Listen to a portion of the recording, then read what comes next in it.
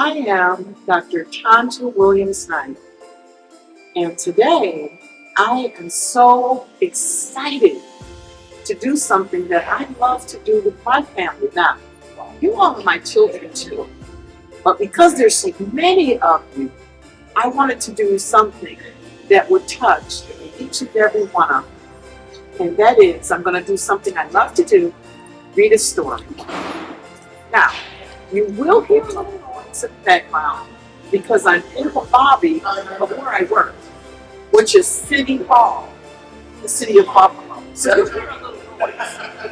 Just try to ignore that noise and listen to the story that I'm going to read, which is one of my favorites. We'll get started. It's called The Snowy Day, and it's by Ezra Jack Keats. One winter morning, Peter woke up and he looked out the window. Snow had fallen during the night and it covered everything as far as he could see. After breakfast, he put on his snowsuit.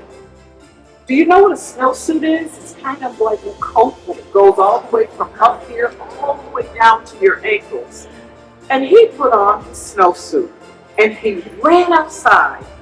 The snow was piled up very high along the street to make a path for walking.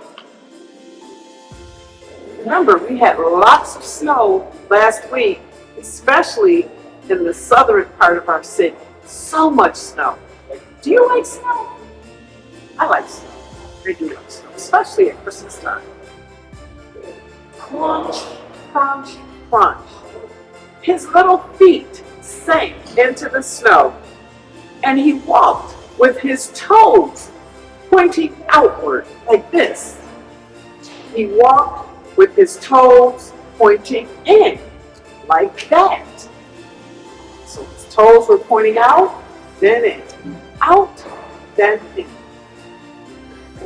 Then he dragged his feet slowly to make tracks. And he found something sticking out of the snow that made a new track. So you see that there are 3 tracks on this page, but only 2 on that page. It was a stick that was just right for smacking a snow-covered tree. Everyone see the stick? Well, down he fell into the snow, and the snow plopped on Peter's head. You ever had snow plop down from a tree right onto your hat or your hood or just your head? I have. He thought it would be fun to join the big boys in their snowball fight, but he knew that he wasn't old enough. Not yet.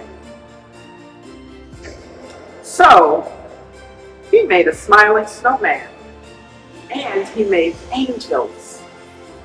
So you know how you make angels? You just lie flat in the snow on your back, and you have your hands out, and your legs spread, and you just start moving up and down. And when you stand up, it looks just like that. It's amazing. It's beautiful. He pretended he was a mountain climber. He climbed up a great big, tall, heaping mountain of snow. And then you know what he did when he got to the top of that mountain? He slid all the way down. He picked up a handful of snow and another, and then still another. He packed it round and firm and put the snowball in his pocket for tomorrow. Then he went into his warm house. He told his mother all about the adventures he had had while she took off his wet socks. What do you think happens when you put a snowball in your pocket and you go into your warm house? And he thought and thought and thought about them. Before he got into bed, He looked in his pocket. Well, his pocket was empty. The snowball wasn't there. And he felt very sad. While he slept, he dreamed that the sun had melted all the snow away. But when he woke up, his dream was gone and the snow was still everywhere. Guess what? New snow was falling. After breakfast, he called to his friend from across the hall, and they went out together into the deep, deep snow.